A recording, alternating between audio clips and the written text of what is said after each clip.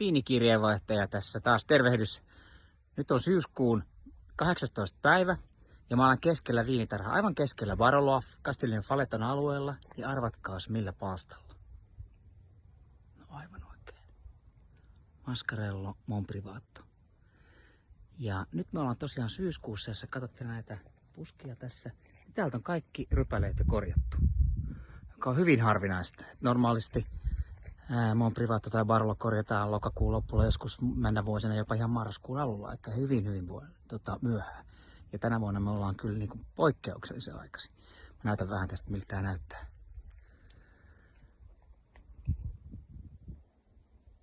Elikkä etelä on just tähän suuntaan, mihin me nyt ollaan katsomassa, ja tästä mä käännyn pikkusen tästä länteen ja päästään tuosta pohjoiseen, ja tässä näyttää kasvit melko vanhoilta. Tässä siis terveisiä Monprivatosta.